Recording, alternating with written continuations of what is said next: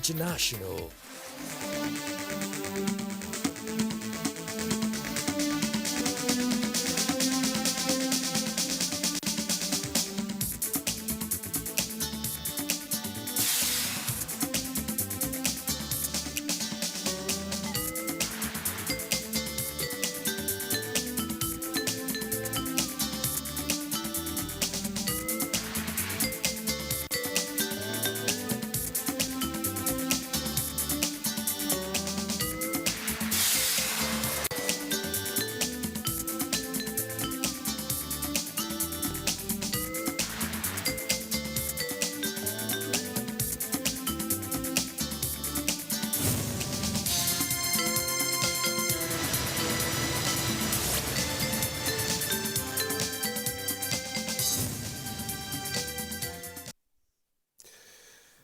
Hello and welcome. This is NTA Tuesday Live and I'm Cyril Stober.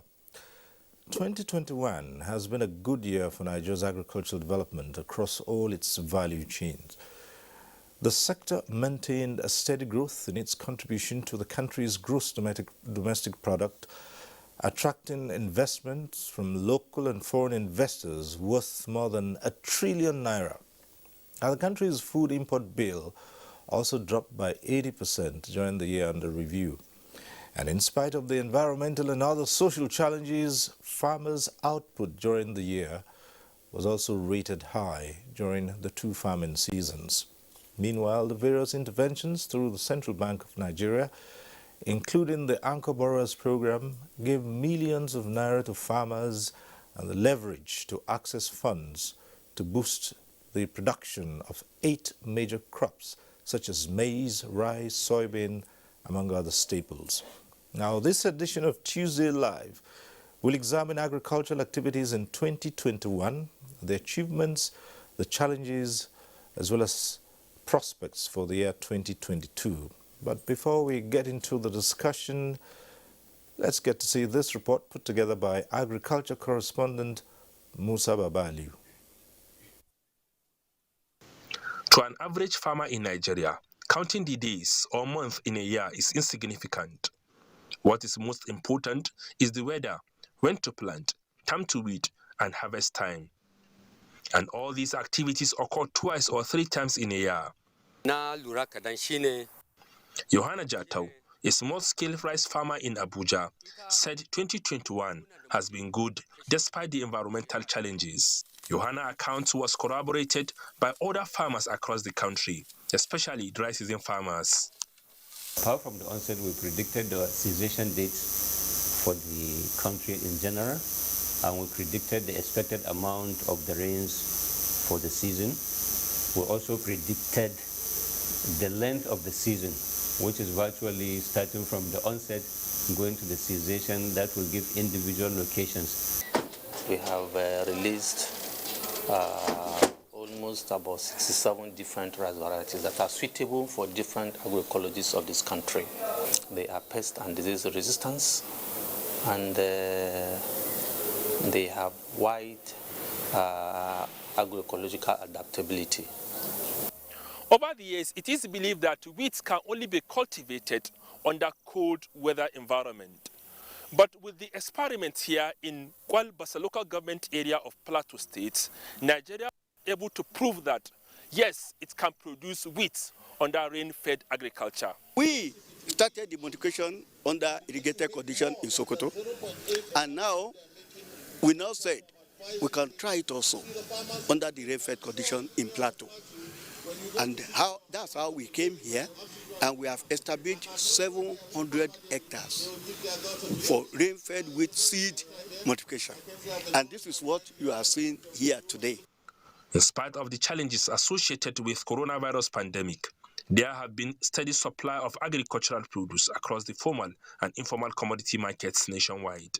However, what has been experienced throughout the year was hike in the prices of almost all agricultural produce. So that's why I'm always praying for this banditry to be over, so that people can go back to our large-scale farmers can go back to their farms, whereby a person can cultivate 30,000 metric tons. President Muhammadu Buhari in October 2001 attributed the development to artificial shortages created by middlemen. As our food production capacity has increased, food prices have been going up due to artificial shortages created by middlemen who have been buying and holding these essential commodities for profiteering. In September 2001, there was cabinet reshuffling that removed Muhammad Sabana Nono as the Minister of Agriculture. Dr. Muhammad Mahmoud Abubakar was moved from the Ministry of Environment to take charge the Ministry of Agriculture. Today, Nigeria is self-sufficient in rice production. Nigeria is #1 in rice production in Africa. Nigeria has done so much in the area of improving the production of grains such as rice, maize, soybeans, and the rest of them. Without the support from Mr. President himself, there is no way that we can make this kind of achievement. The agricultural sector under review contributed 22.35%, 23.78%, and 29.94% to the overall GDP in the first, second, and third quarter of 2021. Musa Aliyu, NTA News. Right, that report sets the tone for tonight's discussion. We'll start off by introducing our guests to you. We'd like to welcome to this program Dr. Bello Abubakar, who's President, Maize Association of Nigeria. Thanks for being here. Good evening. Thank you. We're also joined tonight by Engineer Ibrahim Mohammed Fanti. He is the Commissioner for Agriculture and Rural Development, Niger State. Thanks for being with us tonight. Thank you. Let me also introduce Dr. Bala Mohammed, former chairman, Nigeria Veterinary Association, FCT chapter, and vice president, the Veterinary Council of Nigeria. Thank you so much for having me. Good evening, Nigerians. And joining us from Ibadan Network Center is Dr. Debo Akonde. He is Executive Advisor to the Oyo State Governor on Agribusiness and Director General, Oyo State Agribusiness Development Agency. For having me. Good evening, viewers. Well, those are our guests tonight, but at the appropriate time, you can also get to be part of the discussion in the studio. The lines will be on your screens for you to take advantage too. But when we get to that stage, we'll refresh your memories and again acquaint you with the procedure. That would be much later in the program where you can call in and be part of it. But for now, let's begin to look at 2021. And how Nigeria scored or fared in agriculture. We've heard the reports. It would seem that it's a mixed bag, sort of, with production said to have been high up, but there were challenges with prices also high up. So what's your assessment? Let's start with the President of the Maize Association of Nigeria, Dr. Bello Abubakar. Well, good evening, Nigerians. The issue of the production for the food commodity in Nigeria, it is something that despite all the challenges that we had, actually there was an increase and development in terms of the food production. Because there are so many factors that constituted to the production or the enhancement of the food production. So the issue of the high price of the commodity of the food items, it is something that it is a global issue. It is not only for Nigeria, because the factor that constituted and contributed the high price of the food commodity in Nigeria, the major factor is the COVID-19 pandemic. That's why I say it is a global issue. Okay. Because in 2019/2020, the issue of COVID-19 affected the production of all the inputs, agri inputs, and also the services, whereby during the 2021, farmers cannot get the required inputs they need. And also the prices of the inputs has raised because there was no production as how it was before during 2020 and 2019. Also, farmers, they have got a shortage in terms of mechanization activities because of the issue of the this insecurity process. Okay. So that constituted the shortage of the inputs for the agri services. So the price of the, let's say like fertilizer, which that they can buy at the rate of 8,000, it become 12,000. Seed, they can buy 1 kg at the rate of 300 naira is 500 naira. Or if it is a hybrid, they will buy it at the rate of 8 naira. They bought it at the rate of 1,000 naira per kg. So you see, there are so many factors that constituted the high price of the food commodity. So at the end, their total cost of production has increased, okay, whereby they cannot sell at the rate of the price they were selling before. And also again, the issue of this insecurity also, you know, after the harvesting, there are so many farmers, they cannot get access to their farms. Some areas, their produce was burnt by the bandits, okay, so they cannot get the required quantity of what they were expected, that is the expected yield. So, and if you look at the prices of the commodity that has gone up or that has raised, it is not only in Nigeria, it is a global issue.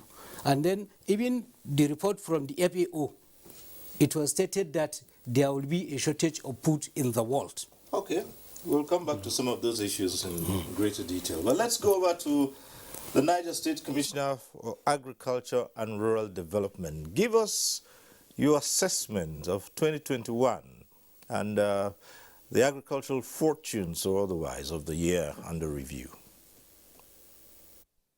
Good evening, viewers. Doctor has spoken on some certain issues that affected the up-pricing of the food product. In my own view, some of these points raised are not our major challenges. I can tell you, for one, from Niger State, everyone knows we have the largest land, which is fertile and cultivatable. In fact, in order to cushion some of these problems of food production and the food security, during this administration of His Excellency President Muhammad Buhari, and under the administration of His Excellency Governor of Niger State Alhaji Abubakar Sani Bello, so many facilities were put in place in Niger State in conformity with the policies and advices and instructions by federal government. Like in 2015, fertilizers input of about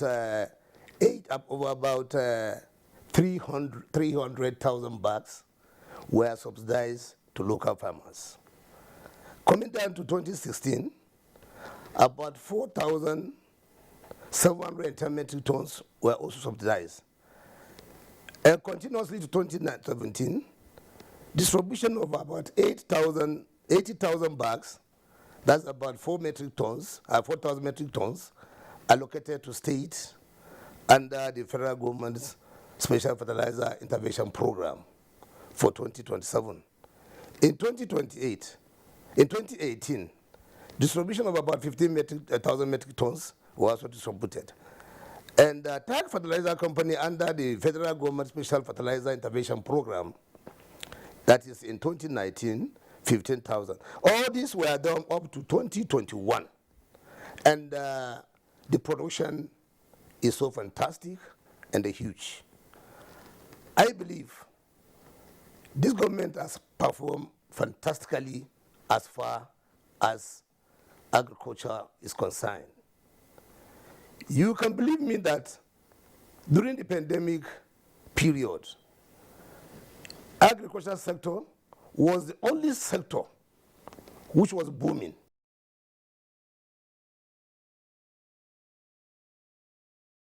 Fantastic. There's no business in the world that has no challenges. I know most of the factors that's affecting the hijack of the price in food product are because of this banditry who are threatening our local farmers. But in order to cope all this, His Excellency Governor of Niger State has now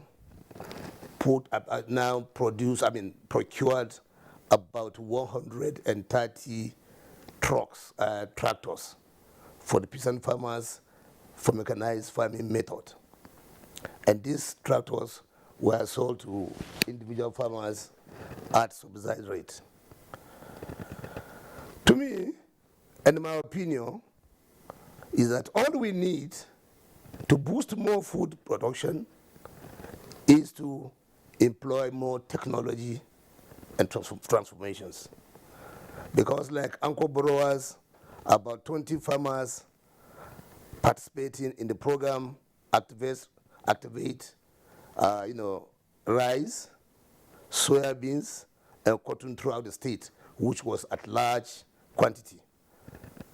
And for your information, which you are aware very well, Niger State is the highest producer of rice today, to the best of my knowledge. And even in the yam, we are running parallel with Benue State. So to me, this government, after the Green Revolution of former President Shagari, I think this is the only government that has put much money into agriculture. And this has reduced a lot of food scarcity, more employment to the youth, and people now realize farm is the only solution. So many achievements were made from this administration since inception, 2015 to date. Because so many access road and mobility projects were made in Niger State to enable the food producers to access and transport their foods to market. Value chain development program was also implemented, and so many other projects we participated. Now, we'll look at those other issues in greater detail as we go on, but for now, let's go over to Dr. Bala Muhammad, who is the Vice President, Veterinary Council of Nigeria. Let him tell us from his own perspective how the country fared in 2021 regarding agriculture, and easily from his background, we know what his bias would be. So let's hear you. Cyril, and I think it is also very important that you don't have the maize and then have the rice without also having a feel of those chickens and the beef and the pork. Like the statistics that was earlier shared, it is actually very clear that there was a steady growth from the first quarter of the year to the end of the quarter, with about 29.9% contribution to the gross domestic product.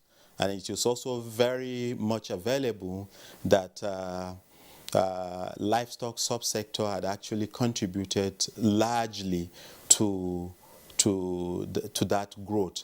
So it is a mixed bag of progress. We, in the livestock subsector, have actually seen how we were able to manage with the resources, and like all other people have commented, banditry had actually contributed. Despite this steady growth, there were few challenges here and there, particularly with the feed to the poultry subsector. We didn't have so much of the farmer herder clashes in 2021, simply because of some of the measures that we enjoined, the peace meetings and then peace missions that actually were put in place by the federal government, and then some at the subnational levels, state and the local council. And we didn't have so much of those clashes. The only challenges were that of feed shortages to our livestock, particularly the poultry industry, which I must also commend the Central Bank of Nigeria and the federal government of Nigeria for coming to attend to the shortfall in the maize to feed our birds. Thank you very much. Well, we'll go back to our Ibadan Network Center.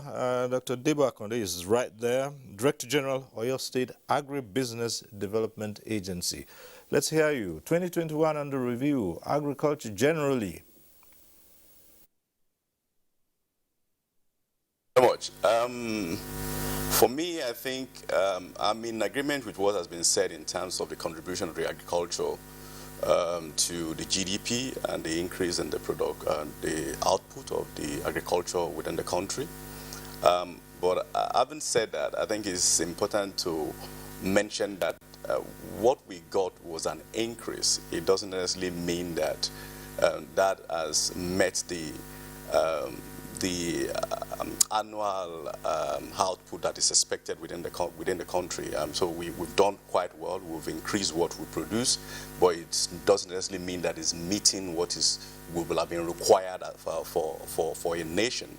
And that is one of the things that probably would have amounted to reason why the cost of some of these primary products is still quite high within the country. Yes, we've done well, but it's not meeting the level of demand within the country.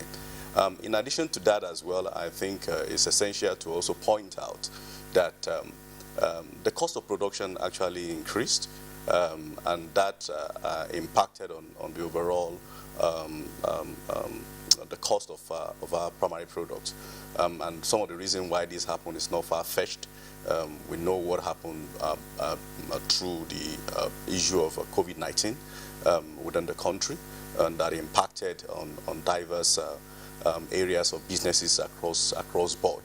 So many materials that are supposed to be brought into the country for use in the ag sector are not able to come in due to some of the restrictions that took place in diverse countries.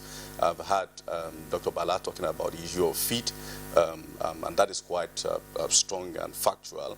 Materials that are required in feed productions, there were restrictions. Similar thing applies to agricultural equipment and what have you.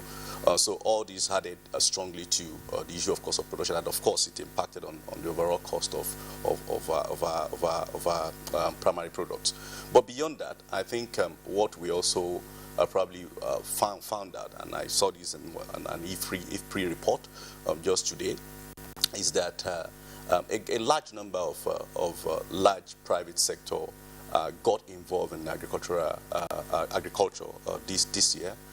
They were beyond the issue of subsistence farming from smallholder farming.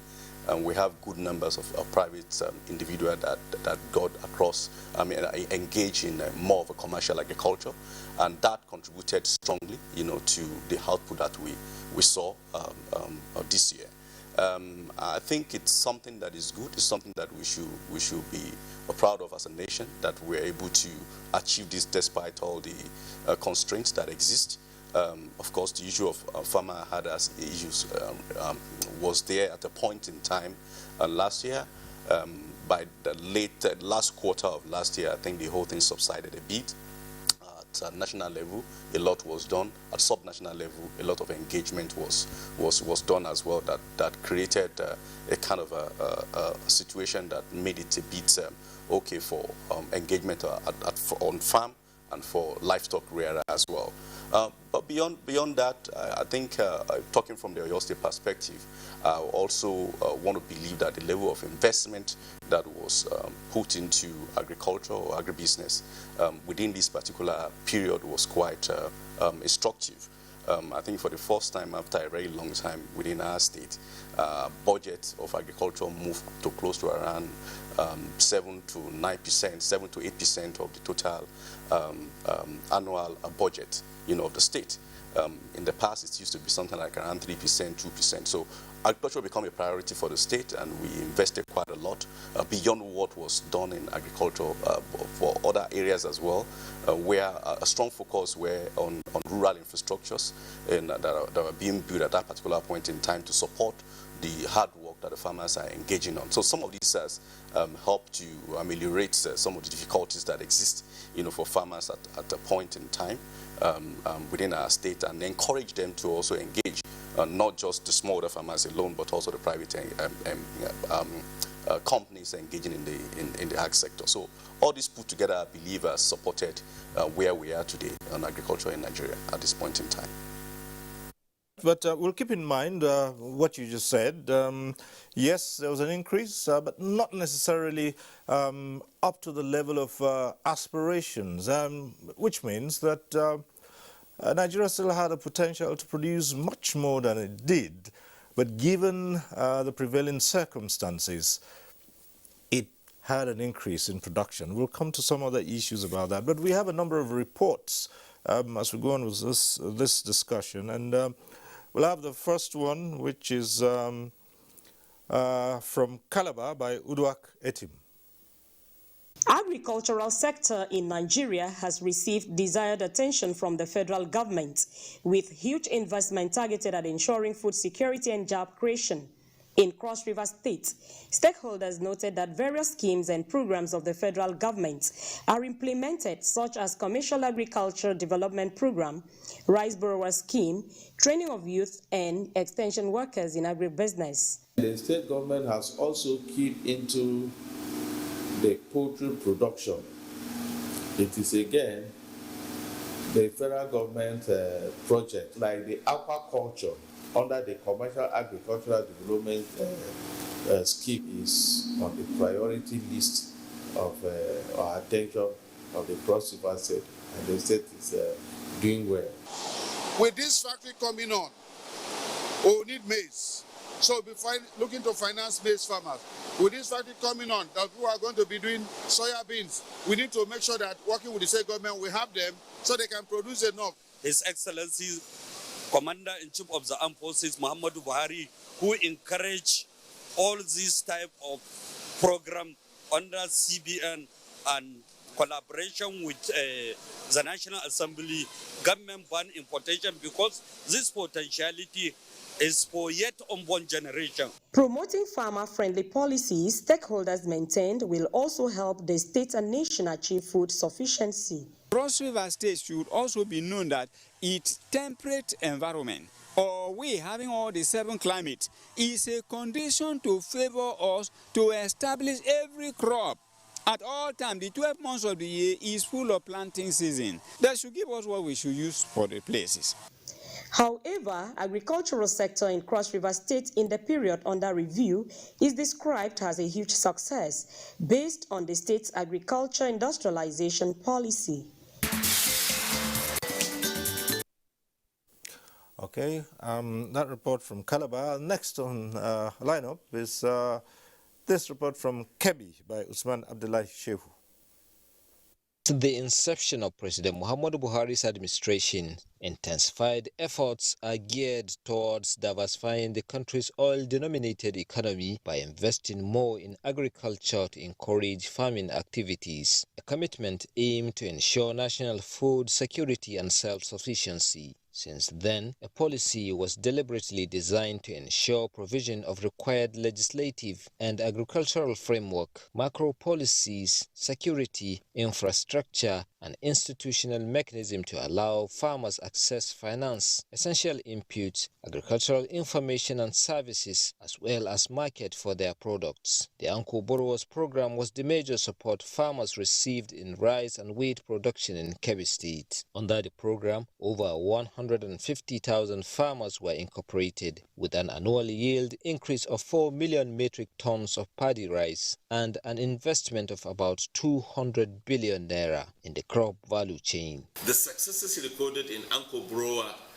by far, even if the 14 billion naira is not paid, the success by far surpass that amount of money. We have more than 100,000 people that are rice farmers, but they were both farmers of rice, millet, and maize.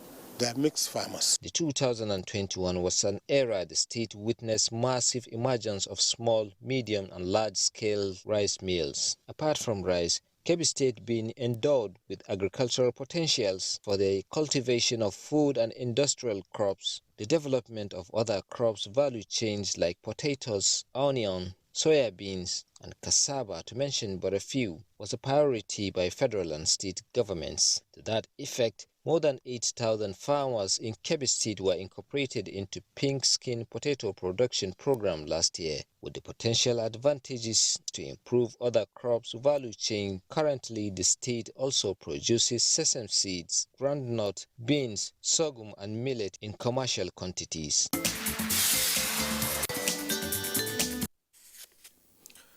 Right. Well, listen, those two reports, they're highlighting how those particular areas had coped and the level of production. But let's come back to the president of the Maize Association of Nigeria, Dr. Bello Abubakar.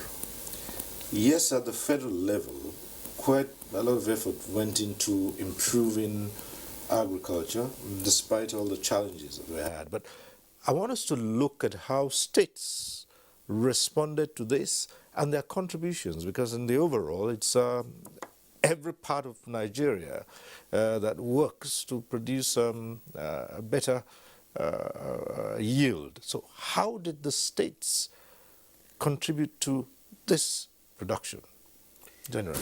Well, in our own side, for the maize production, as how I have said that there was an increase in production of food items in Nigeria.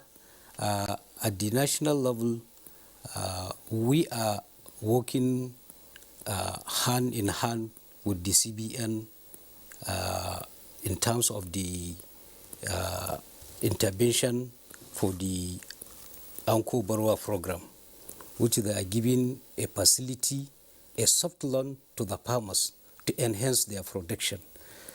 This facility is going down to the state level because they are our farmers that are doing the production that are giving this loan so that they will now enhance their production. So the way that they are contributing their own quota is by providing the farmers at their state level, right from the cluster to the local government to the state level.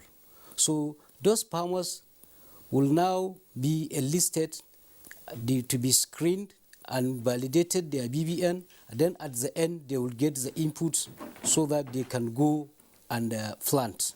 So it is our state chapters that are producing these food crops, especially in maize.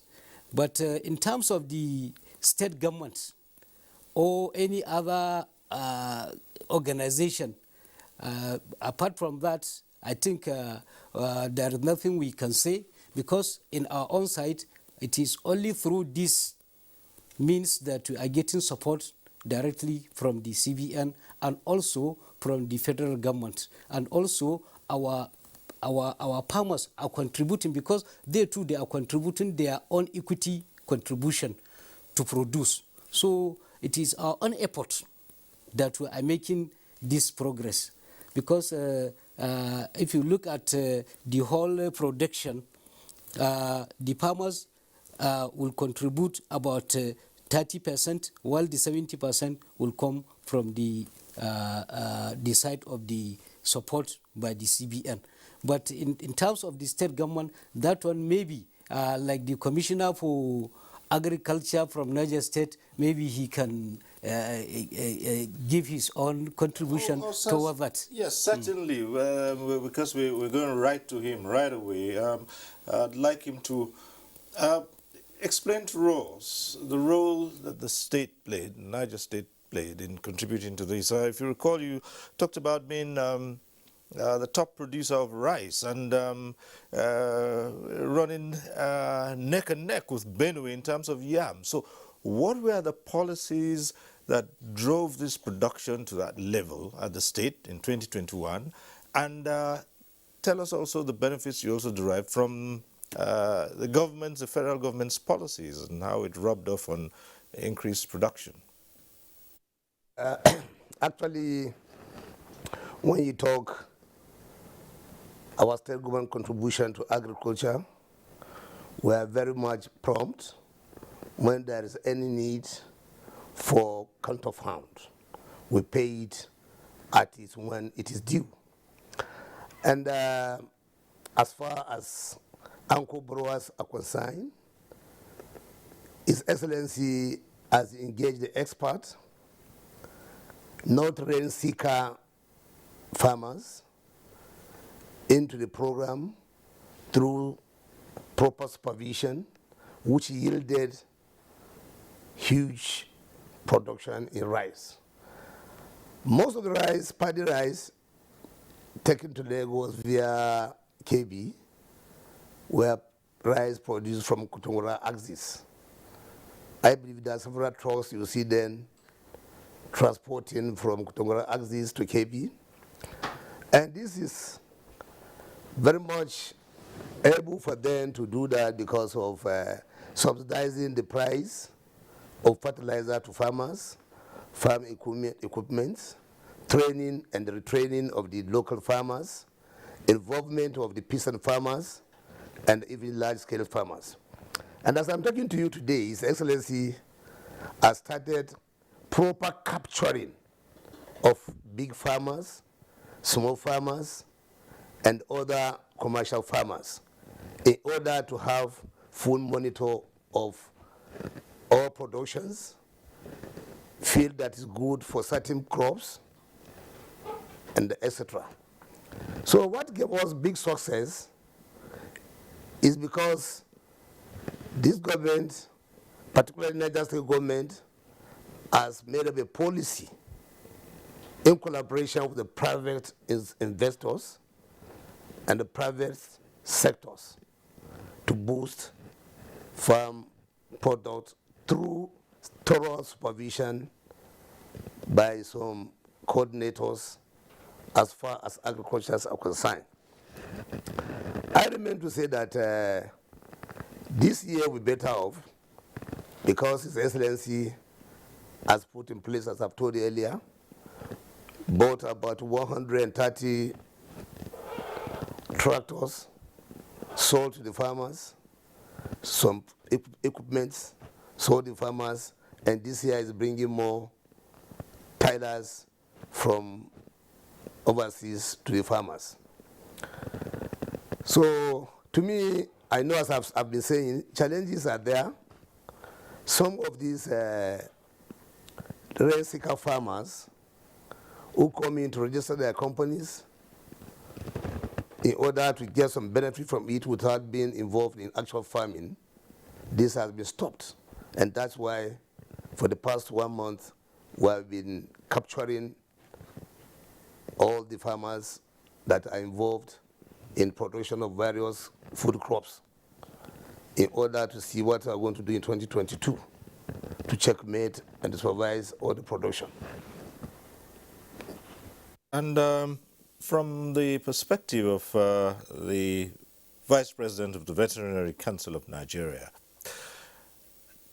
Is it true that states are not too enthusiastic about livestock production? And if they are, what was the contribution of policies from, from the states? Certainly, you have members across who would have talked about the conditions under which they carried out their production.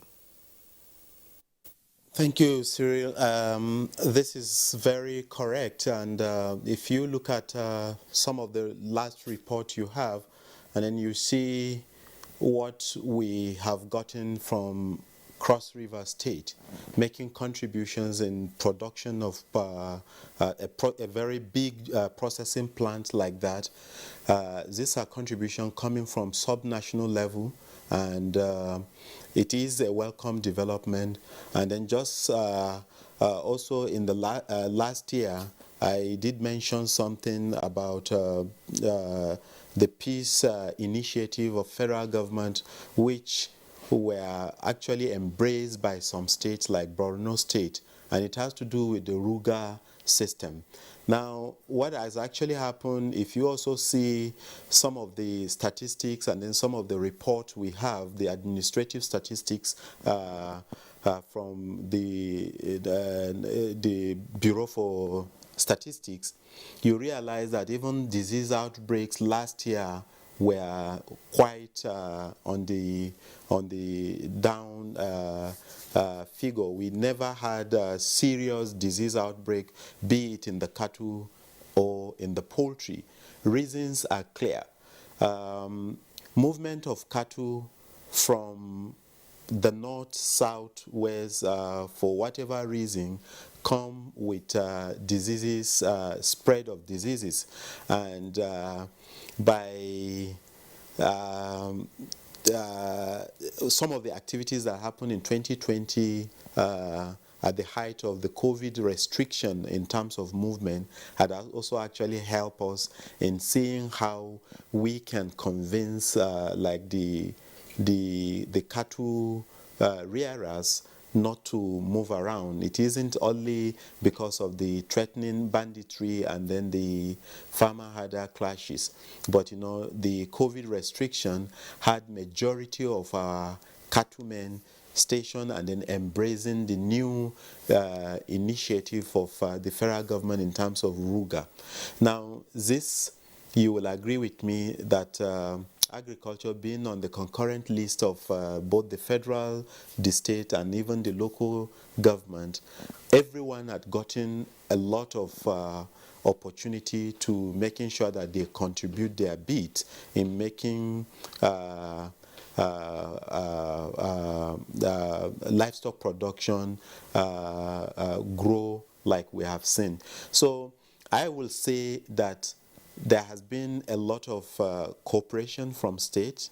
The Niger State, I know that they are also a part of the federal government initiative in terms of getting to settle farmers, providing livestock farmers with good drinking water, grazing paddocks, and then providing them with also vaccines and medications so that if there is a need in one location, they can get help in terms of diseases for their animals.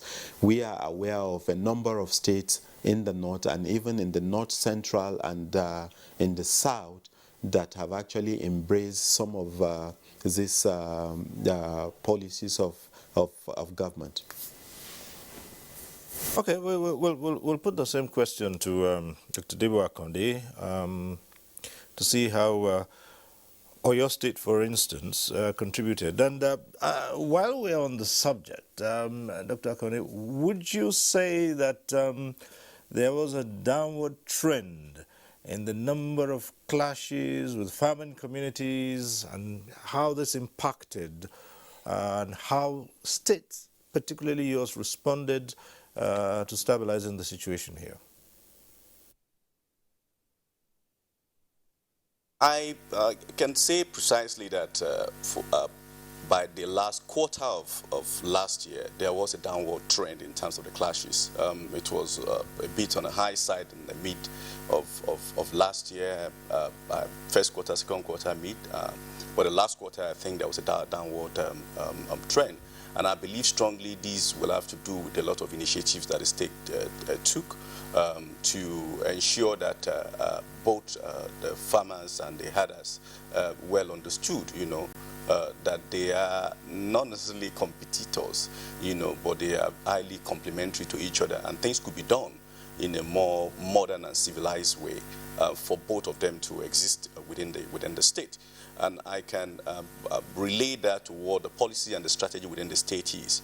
At the advent of this government that we currently have in the state, 4 areas becomes the cardinal point of our states. The first one is on education, the second one on health, third on security, and the fourth one on expanded economy that is expected to be built on agriculture or agribusiness. We noted as a state that our primary area of comparative and competitive advantage is agriculture. I mean, you can imagine, Oyo State landmass is bigger than the whole of the southeast of Nigeria, and we haven't been able to harness what is necessary in terms of a crop production and within that state. So we took this as a priority, and a lot of resources were channeled towards that. Strategy were developed, implementation plans was in place, we have our KPI, and we're following those through. Now, beyond that, we have a political will, from the highest level by the government. I believe you've heard of the Oyo State Agribusiness Development Agency, which happens to be the DG. It's a newly established agency that sits right under the office of the governor.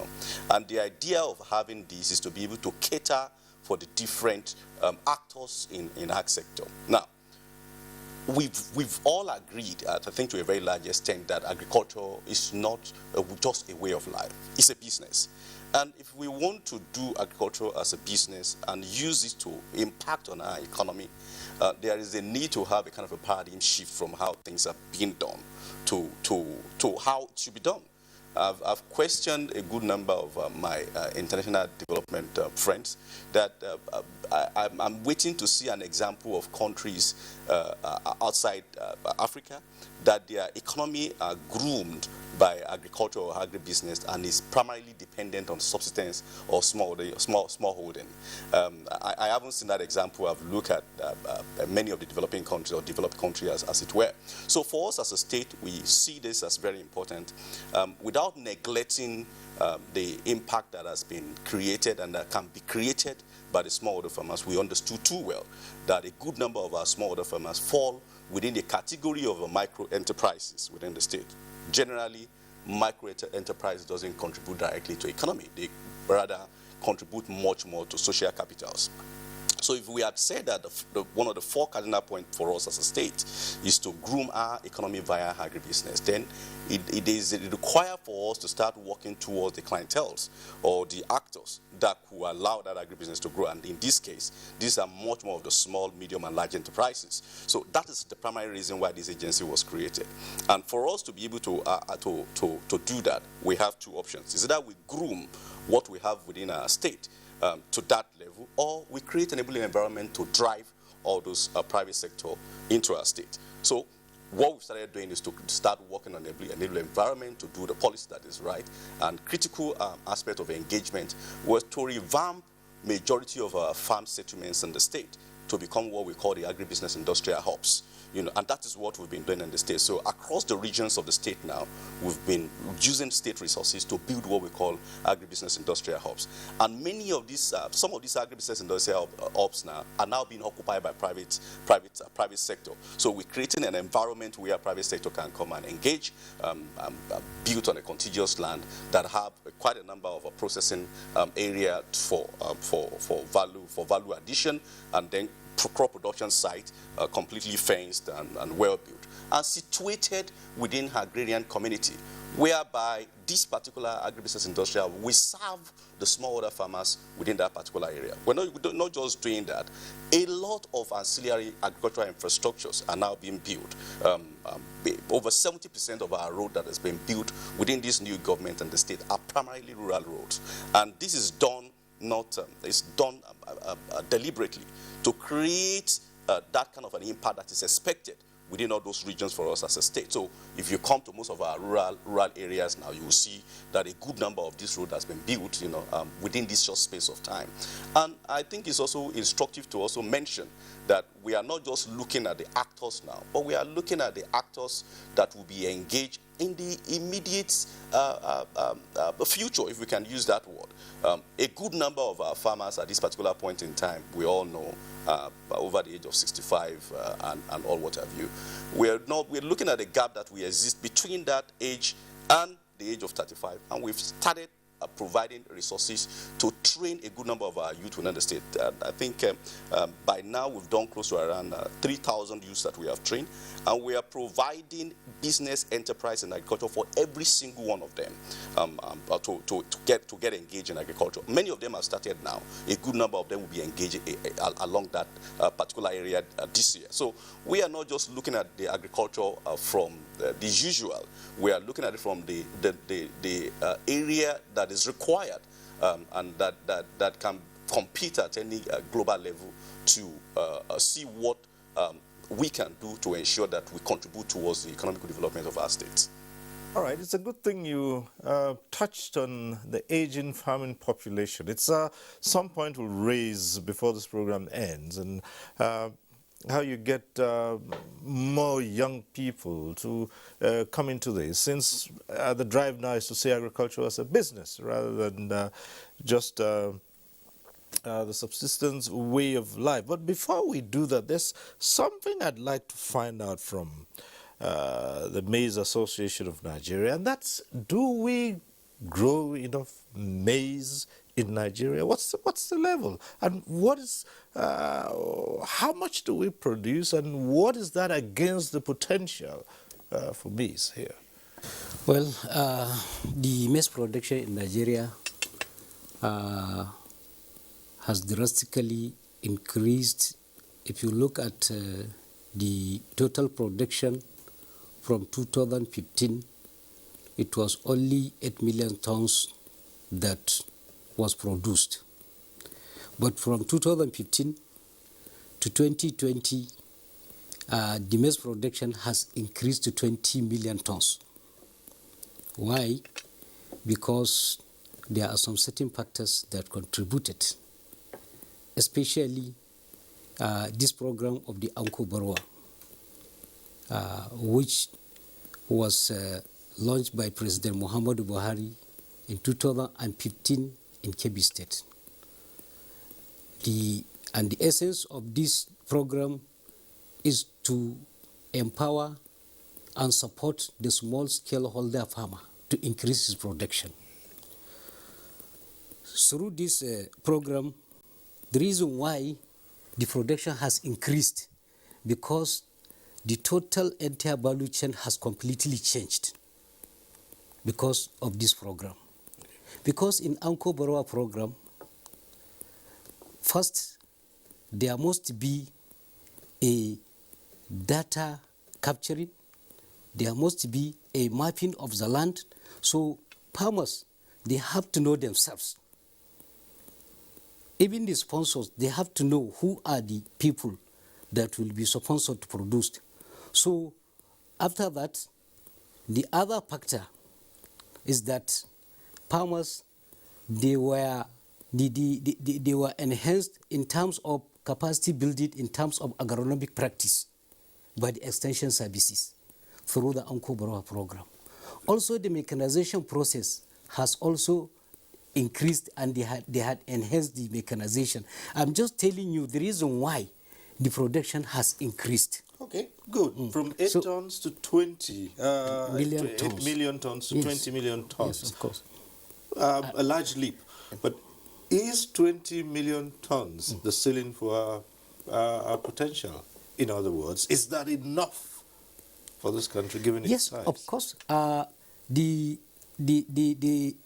required quantity for our poultry farmers in Nigeria, who are the major consumers of maize in their pits, is between 6 to 8 million tons. Okay. So if we produce 20 million tons, you see that we have an excess of about, let's say, 12 billion tons, which will be for the human consumption and other maize processors. And that you believe is adequate? Because we're going to be asking Dr. Bala Mohammed about these figures. In fact, right off we'll go to him and say, yes, well, you're self-sufficient in maize production for, those who consume this much more than any other sector. Tell you for free that even the 20 million tons is grossly inadequate for the poultry industry alone.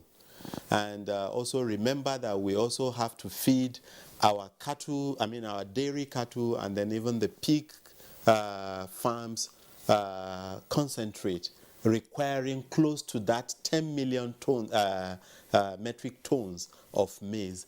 What exactly has been happening is that last year alone, we, through some bodies like Poultry Association of Nigeria, had to approach government for some kind of help, where they had to look out for how they will mitigate the shortfall, and tons of maize were procured to supporting the farmers. And this stiff competition between man and animals, particularly the poultry, is what I will tell you is contributing to the hike in the price of corn. Remember that majority of our people in the north particularly have maize as a major staple meal. Hardly will you see a family in the north that will not have to have something to do, either those corn meals and then the ogi, the pap, and what have you. Let alone you talk about even the livestock subsector. Poultry alone will require over 20 million metric ton. And as I talk to you, the other ingredients, corn appears to be about 50% of what make up the ingredient for poultry feed. And you also have others like the soya, which have all gone up, and they all have some things to do, because if you see some maize farmers, they go hand in hand with the soybeans farming. And what I can just say for now is that the maize producers will have to help us out. It is a great opportunity, and we have to see how our lands will get more yield. The population is actually increasing, and then there is that need that we have to ramp up production of maize if we are to de-escalate this competition between man and animals. President Maize Association, you heard the man. Yes. For the poultry alone, they were 20 million is hardly enough, and you're competing with man. Yes, even now he said that the population is increasing. But what we know before, it was about that 6 to 8 million tons. But because of the population that is increasing, and also the pit companies that they have increased in Nigeria. So if you look at our production, how it is increasing, or how it was increased in 5 years during this regime, there is a great achievement. And then it is something that is going up every year. Every year it is going up, despite all the challenges that we are facing in terms of maize production. But it is something that it is increasing. And now there are so many other ways, especially from the CBN, that are trying to open another doors and windows for us to produce more and more on what we are producing. Okay. Yes. Well, at this point in time, we'll take a short break. When we return, we'll continue this conversation, and then the phone lines will be open, and that means you can join in the conversation. Stay with us on NTA Tuesday Live. We'll be back shortly. All right, thanks for staying with us. This is the segment where you can now join in the conversation. The lines will be open in a short while. The numbers will be on your screen.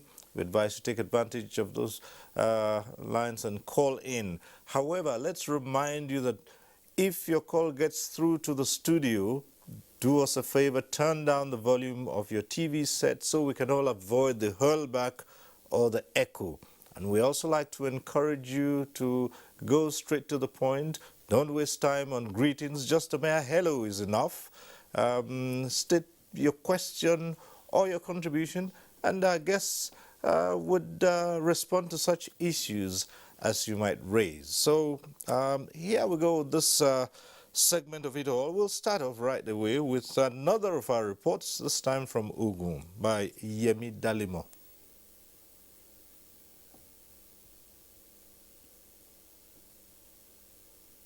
The government says it has benefited tremendously from the various agricultural support schemes by the federal government, and this support has positioned the state as the largest egg and broiler producer and largest hub for aquaculture in West Africa. The CBN 5-star program, Cocoa Development Initiative and Oil Palm Expansion Program, federal government Ogun IFAD assisted value chain development for over 3,000 farmers in 11 local government areas, according to the State Commissioner for Agriculture, Dr. Adeola Odedino, have strengthened the cultivation of arable crops like cassava, sweet potato, and cash crops like cocoa, oil palm, cashew, among others in 2021. He explained that the state is grateful to the federal government for the donation of a veterinary hospital equipped with modern facilities.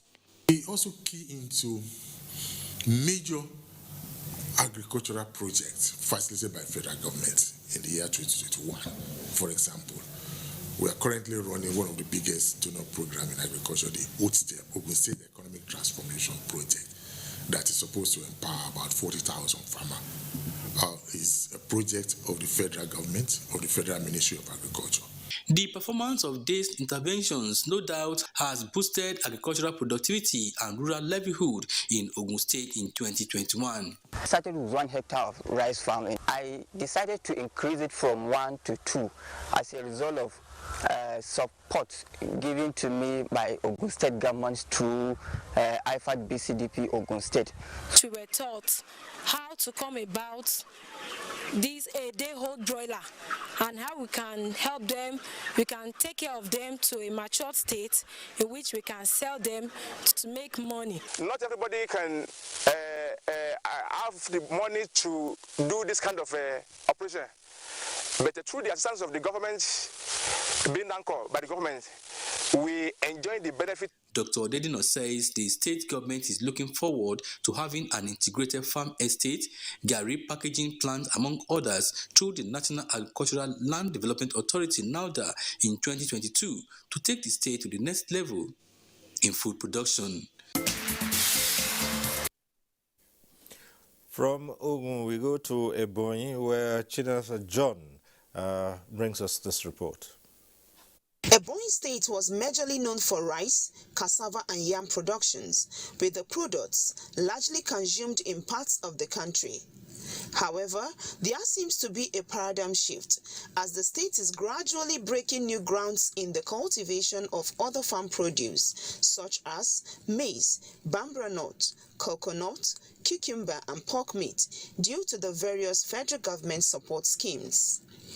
To mention but a few, in the year 2021, 1,100 farmers got 100,000 worth of inputs under the Fatherma 3 NG Cares, which led to a 50% increase in farm produce. We did a lot of land development in support of the 5-star cassava programs of the CBN. We did a lot of work in Refan, supporting the Rice Farmers Association in Agriculture in Ebonyi State. We partnered with Nigeria Agricultural Promotion Council, our policy in agriculture was actually verified and approved. And the successes notwithstanding, the state this year is focusing on manpower development to further train farmers on world-best farm practices with a view to making them fully take advantage of various opportunities inherent in agriculture so as to be better positioned to contribute in achieving food sufficiency.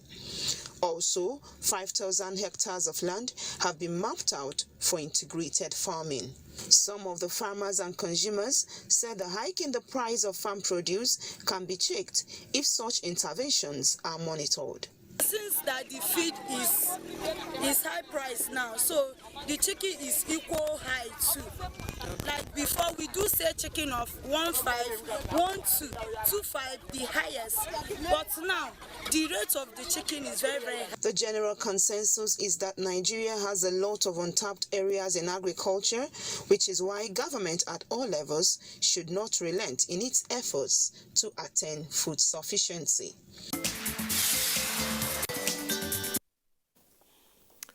All right, back to the studio. We just talked about the production of maize having gone up, but still a shortfall considering its very many uses. But let's talk about rice now. And yes, a lot has gone into increasing production of rice, and we've seen many states take the initiative to produce more.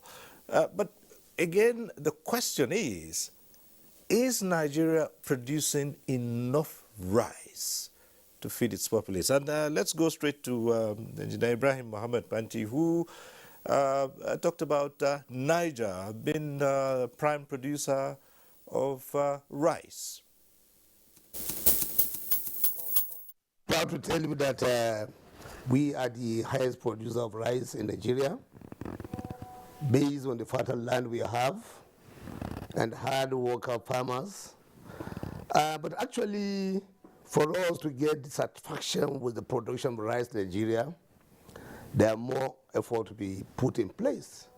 And that's why I told you His Excellency has initiated the program of capturing all the Fadama areas, upland areas, where rice can be grown.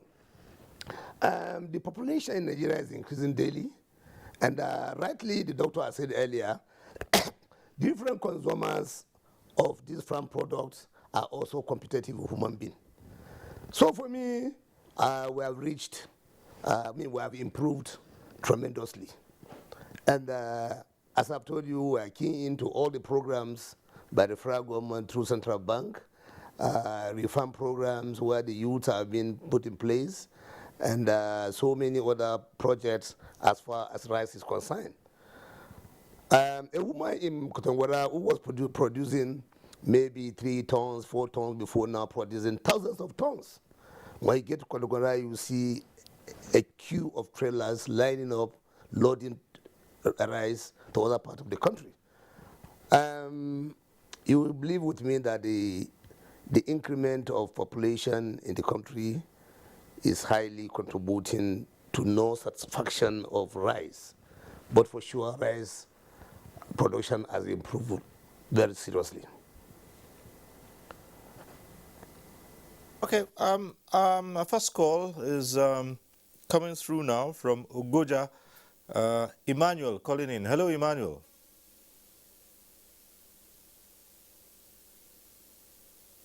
Oh, from Lokoja, not Ugoja. Emmanuel, go ahead. Okay, we lost that call. Just keep the calls coming through, and we hope we'll get as many views as possible tonight before we round off. But let's go over to our Ibadan Network Center, Dr. Debo Akonde. We've talked about all the efforts that have been put into increasing production, but then it would seem there's still more to be done across the country, and even in states such as yours. 2022 was a year people are looking forward to. The challenges are still there, particularly with COVID-19, and the insecurity is still pervading. So what are the challenges we're looking at here, and what are we projecting to do in 2022 to increase yield? In 2022, I think as we continue to provide support for our smallholder farmers, which are very essential for us to do, we also need to start thinking about how we continuously create that environment, enabling environment for more of the private sector to get engaged. Resources of the government is always very limited. What we have, no matter how much it is, you have a competing factor for what you have as a resources. So you are limited in what you have. But you have quite a number of private sector that are engaged in agriculture, or that are interested in engaging in agriculture. But they generally just find it very difficult because of some of our policies or some of our dilapidated agricultural infrastructures. What I've seen is that this will be very essential going forward for us as a nation or at a state level. I'll give an example. Just while we are using the state resources to develop all these different agribusiness industrial hubs, cumulatively, the 4 of these agribusiness industrial hubs that we are building is just around 4,000 hectares of land that we are using the state resources for. But just around December, we visited a private individual that established similar kind of a structure within the state. And this, according to the private individual, was only done less than 9 months ago.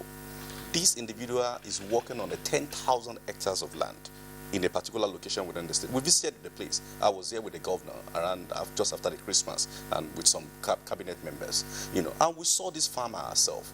We saw the equipment that this individual is using. We saw the factory that was built within that particular location that was probably producing ethanol. It hasn't started yet, but that's what it was developed for, starch line and all what have you. These are the things that government should not ordinarily get engaged in. For our state, our understanding is that there is no business of government and business. What your business is as a government is to provide that an enabling environment, is to provide that a policy in place, and then see how private sector will be driven to the state.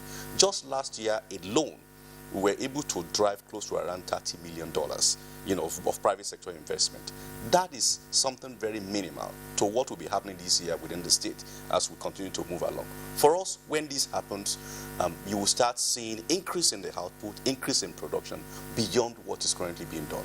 And mind you, what they are engaging on is not just crop production. There are quite a number of them that are also working on processing.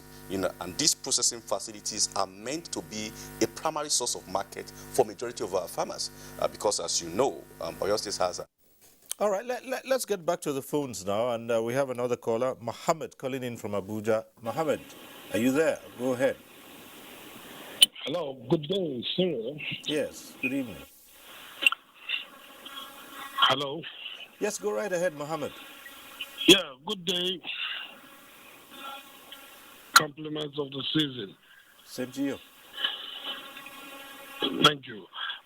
The problem is, one thing is I want to understand is, you're talking about agriculture, and despite the fact that with the insecurity in the country, how do you expect the normal farmer to go and put his life at stake just because he feels, okay, he wants to farm for the country? I mean, what do we do about that? That's all I want to say. Thank you. Right, thank you. To answer that question, we'll go to the Niger State Commissioner for Agriculture and Rural Development. It is known that the parts of Niger State that are threatened by bandits, farmers are finding a difficult time. So tell us what you think should be done. Really is one of the factors. But as I'm talking to you today, His Excellency has employed a large number of forest guards that have been trained by the military men, and they're mixed up with the local gum hunters. And by the grace of God, we are trying to see how we're going to tackle that one very soon.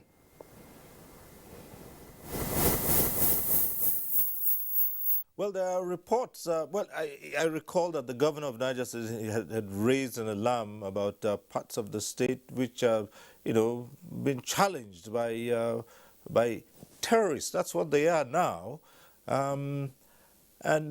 What assurances have you been able to give the farming population to deal with this? Mr. Siristova, thank you. Actually, in activities in Nigeria today, or in somebody's performance, there are propagandas. Really, there are some challenges as far as the banditry is concerned in part of Niger State. But as I've told you earlier, His Excellency has recruited some forestry guards, and so many of them are still undergoing training. And as I assured you, God willing, that will be tackled. By and large, it's one of the factors why we have started capturing, image capturing of all the landmass, particularly where farm is being taking place, to monitor the movement, control whatever is dangerous to people. And as I've told you, inshallah, in the nearest before the next season, everything will go back to normal. The Maize Association, in your opening comments, you did talk about some of the farmers not having access during the harvest season, and they can't get to their farms because of some of these challenges. The last caller, that's what he just wants to know. How do you reassure farmers that they can go out there and increase production in the midst of all what is going on? Well, with the current development that we are seeing now from the effort of the securities about the issue of these insecurities, which they are doing now, we have the hope that before the next season, inshallah, they will solve all these problems so that farmers can go back to their normal activities. All right, there's a call coming through from Niger. Umar, obviously Umar must have been listening to his Commissioner for Agriculture. Umar, go ahead. Hello, sir. Good evening, sir. Good evening. You are speaking with Etu Umar from Niger State. Go ahead. Yeah, thank you, sir. Siri, we are happy. We are proud of you. I think this is one of the best. This is one of the best programs we have seen this year. Issue of agriculture, Siri. The issue, some of these policies that people are discussing is they are all good policies, but there is no implementation. These are the problem we are facing. Issue of insecurity. So many things that I think almost everybody discussed here. It's true. But there is no implementation. Federal government is spending billions of naira. I think they said over 2 trillion. The federal government has subsidized agriculture, but these resources is not coming down. The ordinary farmer are not seeing it. What the Commissioner of Niger State is saying, Panti, because he's a farmer and is somebody we respect. He's a very straightforward person. He's doing his best, to bring back this issue of agriculture in Niger State. Panti, well done. But we want you to involve more youth. I think you are doing that because what we have in Niger State, before you came here as a commissioner, so many things was going wrong. But now, since you came in, believe me, we have started seeing changes in the agriculture in Niger State. Thank you very much, Panti. But again, what we want, they should involve professionals. We have discovered that the federal government, the Buhari administration is putting a lot of billions of naira, but people, there is not any impact in agriculture. Let's be fair to what is happening. Look at all this intervention, but people are actually complaining. The food is rising. Now that they are even adjusting, we should be seeing that rice will be no more than 300 naira. But the rice now is more than 700, 600. So this government is spending a lot of money. The maize that my brother was talking about, we need more maize. There's no food in this country. In fact, we should not be talking about food security. We should be talking about food and nutrition security. So many issues is actually going on. Thank you very much, Syria. We are proud of you. We know Niger State is your second home. Thank you. It's Umar that is talking. All right, thank you very much. It's Umar. Thank you. Well, Dr. Bello Abubakar, yes, you were going to respond to that. Though he put the question to the commissioner for Niger, but this is a general question because he talked about the issue of intervention from the federal government, but there is no implementation.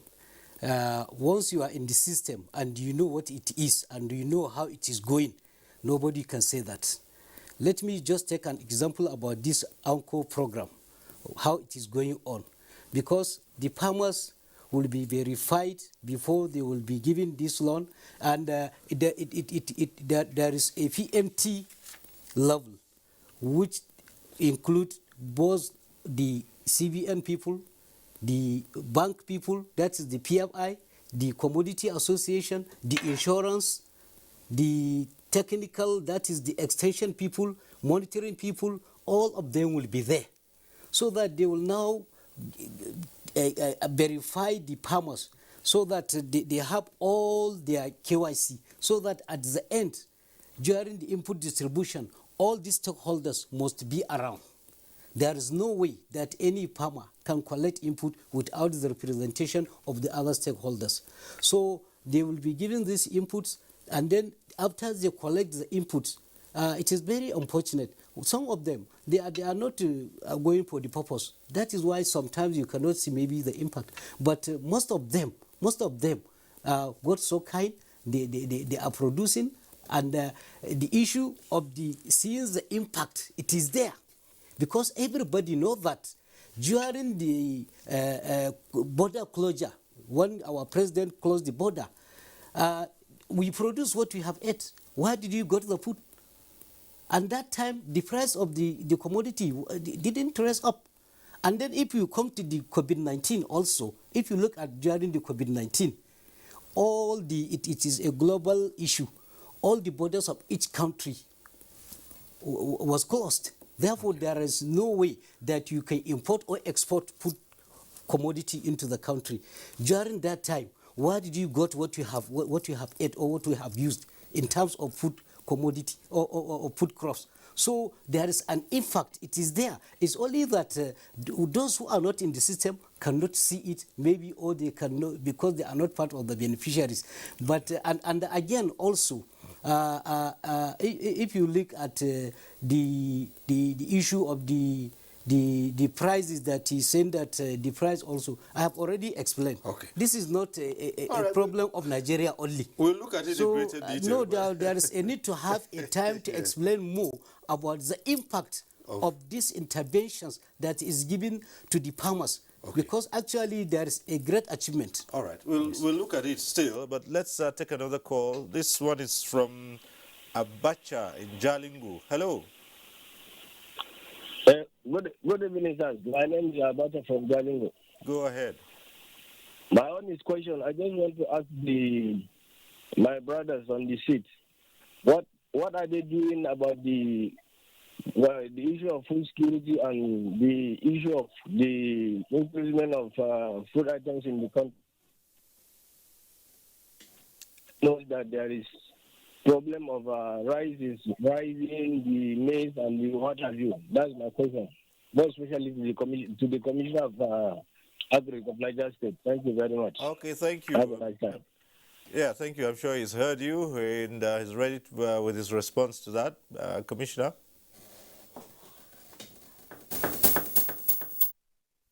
Everything possible to make sure that we have abundant food available. And for security, I've said much about that.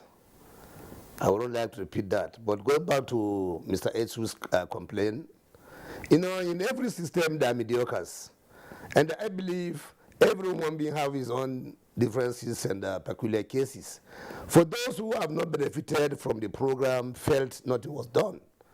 But we are trying to capture now all the real farmers and make sure that we supervise the so-called associations who are diverting what you said to other people. And God willing, as soon as possible, we are doing that by the end of three months, will be done. And the relief farmers will be captured. And if there's such a program, they will be involved. So for you who have not been captured, please present yourself to Minister of Agriculture, Niger State, for you to be captured if you are really farmer. Thank you. Another aspect which I'd like to bring into this conversation is what Dr. Debo Akonde had earlier raised, and that's the question of the aging farming population. Let's start from. Okay. Before we take that question, let's get this call from Bashiru, calling in from Oyo.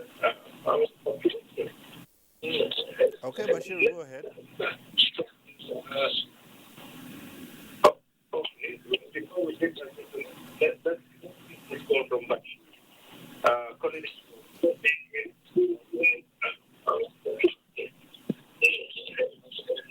Hello. Sorry, Bashiru, it's a little bit difficult Hello, to good get evening. clearly. Bashiru, could you just turn down the volume of your TV set for me, please, so we can hear you clearly? Oh dear. Unfortunately, that call wasn't quite clear. So, Bashiru, you can try to call in again, and maybe we would be able to hear you loud and clear. But I was going to start another issue on this, talking about the aging farming population, and I wanted Dr. Bala Mohammed to kickstart how you can get more young people into all these processes we've talked about.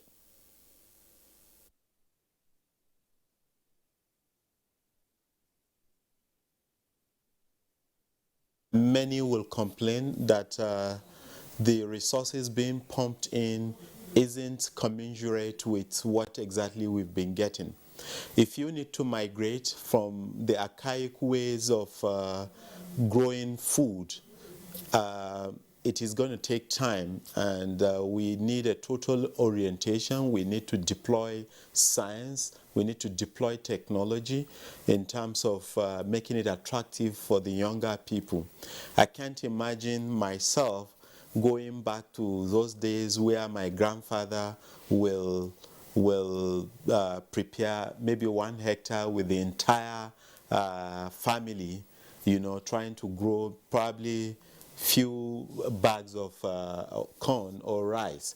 And while you have available technology, you have seeds that in 2 months will yield, and then you also have gotten a lot of information coming from the government agencies that monitor the weather. We have also gotten tractor earth moving equipment these days, where one family can tilt and then produce thousands of produce. Now, it is very important that as we also talk about providing them with this technology, we also reorient them and then seeing how our aging parents can also rest while we take the center stage in production. And this is also one of the things that I have also noticed in the last few years with livestock production. You find out that we talk so much about backyard production. We talk so much about the heads of cattle that we have, without talking about the productivity, the performance of these animals. For instance, what quantity of milk can I get from our cows that wander? I mean, hardly will you get a liter. Hardly. When in other climes, you can just have one cattle give you up to 20 liters of milk. And then it's the same thing with the chicken, where you spend the whole year, you know, rearing the ones that we call backyard or local chicken. And then in 2 months or less than 2 months, you can get tons and tons of chicken. This has to do with deploying the right technology and then getting the right information in terms of training, so that productivity and performance is going to be the one that will match the level of demand that is now being generated. The population we have, if you ask economists, is an opportunity for us to actually feed these young people with good quality food. And therefore, when the president keeps talking about let us go back to land, he is not saying we should hold hosts. He is talking about the kind of investment. We'll take it further from that point, but let's get back to the phones. Solomon from Anambra is on the line. Hello, Solomon. Yeah, I'm with you. Hello? Go ahead, Solomon.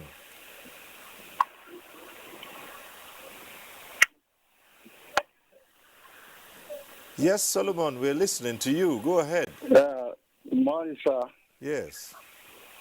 How are you doing, sir? Just go ahead with your question or comment. Okay, my question here is that, first of all, I want to commend the efforts of the president. Okay, I want to commend the effort of the president concerning the agricultural produce. But much is needed in the area of security, because when there's a good platform for the farmers, the local farmers from there, I believe they will do better. Especially in seasonal aspect of it, the rice we are producing in our country, we are supposed to have it in platter of gold without costing much from us, because we produce in our. Can you hear me, sir? Yeah, go on. We're listening.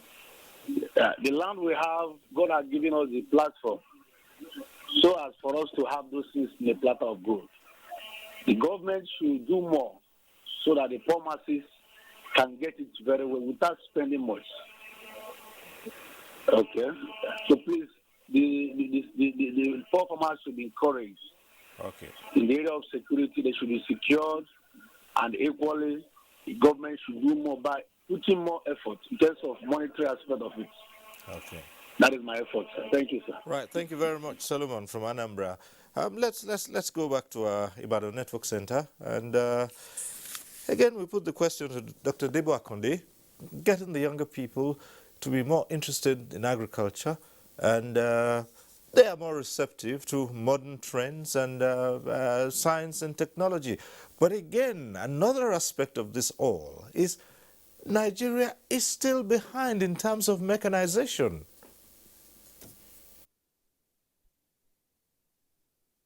Very correct, Cyril. I think one of the fundamental issues, around our ag sector today is the less mechanization that we are engaged in. Until we stop seeing agriculture from the angle of cutlasses and hoes, we will still continuously be limited. And that is why involvement of these young ones, the younger ones, are quite important and very significant. We have a good number of them that has been trained, probably by virtue of their education, or has been retrained, to get engaged in agriculture with such knowledge that they are bringing into the fore now. What they are requiring is just the basic platform for them to be able to exert, all this knowledge that they've been gathering. Agriculture in our days now is more of an innovation, is technology driven, it has a lot of science behind it, driven strongly by data and all what have you. And the older generation, to me, they have done their bit, they have tried, they have done all what they could do. And we should now start thinking strongly on how we will start bringing all these younger generation to be involved and create that space for them to be able to do it. Now, it is not just about the technology, it's not just about the innovation, but providing a kind of a capacity development for them as well, and ensuring that the resources that are required for them to do this are made available. What we are doing within the state is to, of course, as I've mentioned, we've done a retraining of a good number of our young people as a pilot, close to around 3,000 of them. We are going to around 10,000. And these 3,000 that we have trained within the state, we are working with to support them in enterprise development. So we are not even doing the usual grant base, what we are doing is to provide resources for them to start up their businesses and to work with them with some of our technical partners. We're quite privileged within our state to have probably one of the highest number, or the state with the highest number of agricultural research institutes in Nigeria, here in Oyo State. So we are leveraging on those advantages, those opportunity with the likes of IITA, the IFPRI, Africa Rise of this world, to work with all these young ones to bring at fore modern approaches in engaging in agricultural value chain, and not just to look at the agriculture from just the downstream or midstream alone, but also the upstream. So we're not looking at them engaging just in crop production, but all what is necessary across the value chain. You are talking about agro-logistics. You are talking about the issue of use of drone, to understand the precision agriculture. We are talking about the getting engaged in crops that are not usually referred to as the traditional crops within our country, but technology can be used in doing that. We have a particular young man that established a company referred to as Simply Green, that is now supplying most of the supermarket within Nigeria with a lot of vegetables that will have been imported from overseas. Most of the supermarkets within the country use the vegetable that this young man is producing on his farm during the COVID era because they couldn't import, and he's now he's producing, is packaging to any standard that is required. And we are having multiple of these young ones now growing within the state just because the state is creating that environment for them, and they are also being trained. So these are... Okay. Well, let's try to get in a call. It's just coming up in James from Delta. James? Hello. James. Good evening, sir. Yes. Good evening. Good evening, sir. Good evening. Go ahead, James. I appreciate. Can you hear me, sir? Yes, we can. Go ahead. Okay, I appreciate the program. So, I want to ask, concerning the local farmers, most of them in Delta, or the federal government have put in place to help the farmers. We are hearing it, but most of them we are not seeing it. I don't know what can be done about that. Okay. That is my question. All right. What James is saying is that a lot of the initiatives and programs by the federal government, he says, Delta, not much of this is happening in Delta, and that would require someone from Delta to really comment on that. However, he's also raised a question which I guess I might be able to address. Now, for places that say they're getting very little impact from the government's programs, what can they do? What are the options open to them? Let's start with you. For the issue of the farmers that are not getting the intervention or whatever it is, any kind of support from the government, so maybe they have not reached the actual people that they are in the system. I have already explained. If somebody is not in the system, like there are so many commodity associations, and I know they have their own structures. Even in Delta State, I was in Delta for the first three months ago, which I held a meeting with all the maize farmers in South.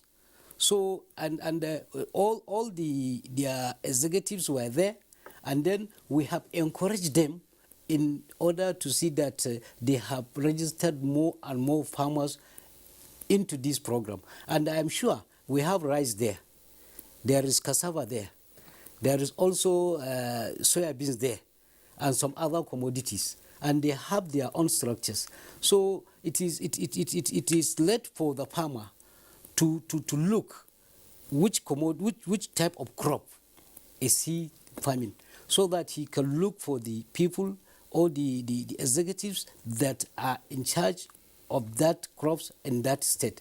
And then again, there is also a mobilization. Whenever the season, either it's dry season or season that is going to start, they are publicizing it through the media so that everybody can go and register. Because you know, some people, they are just there sitting down in their houses or in their farms, they're waiting for the for the intervention to come to them. No, you are the one to look for them, so that you can be enlisted, you can be registered. Like this program of the Uncle for Borrower, it is something that there is no any bound. Everybody can be a beneficiary. Okay. Once you have met the requirement. So it is led for the people also to inquire. And I am sure that in each and every state, the executives that are in the state are in charge are always trying to register farmers from the state level down to the world level. All right. Yes. Well, gentlemen, before we round up, there's an aspect I'd like to return to, and that's talking about the high prices, cost of food and food items. That's in the face of the increase in production, which almost all our guests have agreed took place in 2021, although it was still acknowledged that we could have produced more. Now, the aspect I'm going to here is many reasons have been given, insecurity and all that, but instructively, President Buhari said that apart from those, the cause of the high cost of food items is the activities of middlemen who mop up the food items from the market and want to make undue profit from it by creating artificial scarcity. As we go into 2022, how can this be tackled? Let's start with you, Commissioner of Agriculture, Niger State. The hijack in price today in Nigeria is a general phenomenon. Not alone the agricultural product, but what Nigeria lack is discipline, and the system needs to be totally overhauled. It's our plan to have a price control unit after this rainy season on commodity. And without that, it's going to be very impossible to bring down the food prices. It will be done in such a way that when a measure will be involved, you either sell by scale or by measurement. And if the government is involved in controlling the price by assisting the farmers to produce at the lowest cost, God willing, we'll be able to control that, but I don't know, Rome is not built in a day. The escalation of prices of things is frightening and it's threatening. And this boils down to what His Excellency, the President of Nigeria, said earlier. The hawkers who have mind of hoarding, waiting for time that there will be no food available much for them to bring these items out to be sold at high price. My governor is doing everything possible to see that I will have a control price in Niger State as far as the government is concerned, through the emirs and the traditional rulers. Thank you. Let's go over to Dr. Akonde. How do we address the activities of middlemen? How do you curb their activities? I think it's quite important to do a breakdown a bit. And what I meant by that is to say that I think the statement that was made by the president was not making a reference to all the commodities. That might be referring to some specific commodities, because in reality, how long can you keep a tomato, even as a middleman? How long can you keep yam or cassava, even as a middleman? So that may not be applicable to all the crop as it were. Maybe, and I don't know. They are privy to more information than some of us. That might be happening on probably legumes, that like rice or maize. But overall, I think removing middleman as a whole will be a very difficult issue if we don't continuously do what is required to overcome structural problem of agriculture. Because while we ask ourselves the question, why do we have middlemen in the first place? Why are they existing? Why do they have such prominency? It is primarily because some of the structural issue of agriculture has not been overcome, and most of the smallholder farmers that are producing the crops at a point in time are forced, to a very large extent, to sell some of their crops, to all these middlemen at the point in time. While they were harvesting, do they have the resources, enough for them to even keep those crops in their home? Do they have the kind of a home kind of a storage? Are there community storage facilities that are made available for them to use, even if they choose to say that they want to keep that? If they don't have all those kind of a facility, it is imminent for them to want to dispose of their products, to those middlemen that are generally always waiting for those periods, to get it from them. But beyond that as well, rural infrastructures, have we considered the impact of transportation, which generally is known to be the highest cost, for most of the farmers on their crops.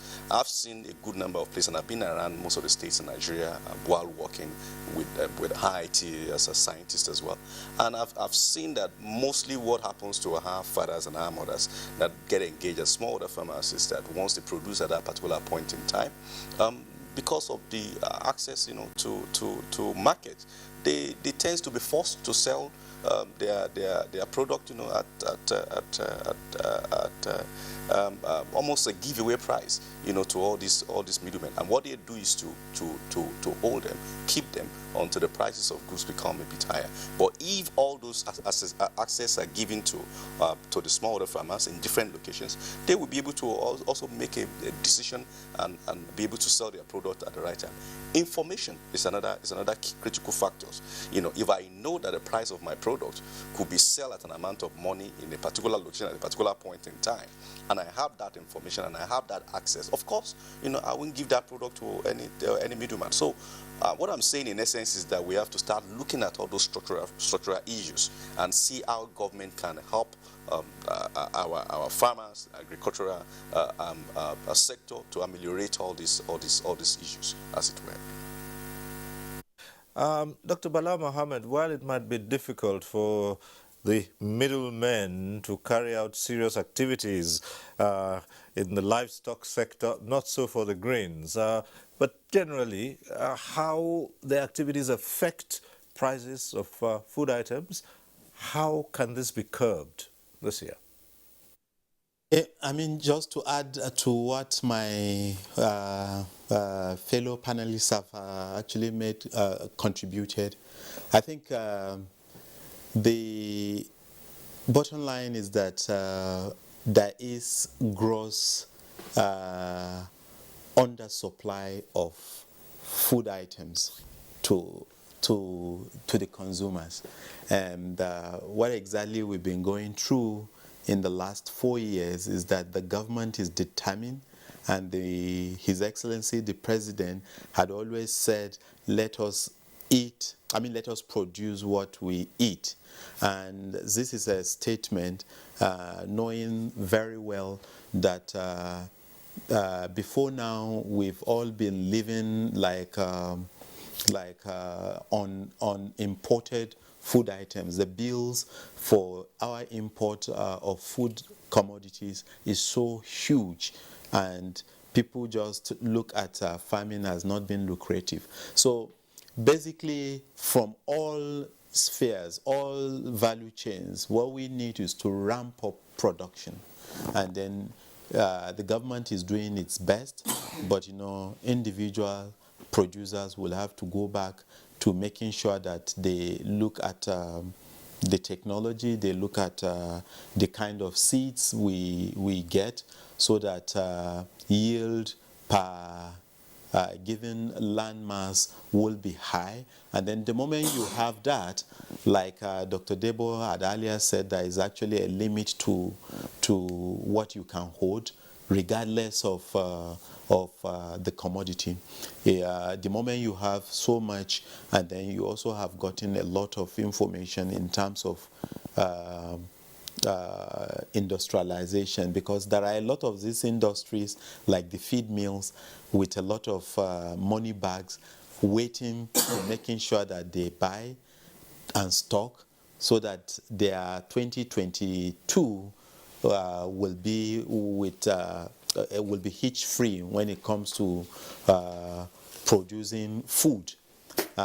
So basically it's to ramp up and then to also use technology in making sure that we are able to meet the shortfall of some of these commodities. And the president of the Maize Association of Nigeria, Dr. Bello Abubakar, yes, you heard the contributions of your other discussants. How do you stop this? I've increased my maize production, but someone comes in and mops it all up, buys up everything to go and hide, and then when there's scarcity, begin to charge exorbitant fees to sell. How can we stop that in 2022? Well, I concur with the other speakers that contributed that there is a need to increase the support in providing the inputs to the farmers so that production can also be increased. Okay. Also, if you go back from the government perspective, in 2018-19, 2008 to 2005, there was a committee under the Prime Minister of Agriculture in the Department of Grains Strategic Reserve, SGR, called GMP, Guarantee Minimum Price. That committee is very, very important because that time is that committee that is determining the price of the commodity and give an advice to the government on how they will now tackle the price of the commodity in the whole country. Because that committee, there is a representative of the federal government, especially Ministry of Agriculture, Ministry of Finance, farmers groups, processors, and also the grains merchants. So that committee, it is good if the government will revive that committee so that they can be assisting them with an advice on how to tackle this problem. All right, and it is on that note we'll have to leave this conversation and thank all our guests who have shared their thoughts with us. Thank you so much, Dr. Bello Abubakar, President, Maize Association of Nigeria. Thank you for coming on the program. Thank you very much, Mr. Cyril. Thank you so much, Engineer Ibrahim Muhammad Panti, the Commissioner for Agriculture and Rural Development, Niger State. Thanks for being part of tonight's discussion. Thank you. And thank you to Dr. Bala Muhammad, Vice President, Veterinary Council of Nigeria. Thank you for being with us tonight. And also thank you to Dr. Dibbo Akonde, Executive Advisor to Oyo State Governor on Agri-Business. We thank you for being with us on NTA Tuesday Live. Thank you. Amen. Thank you very much.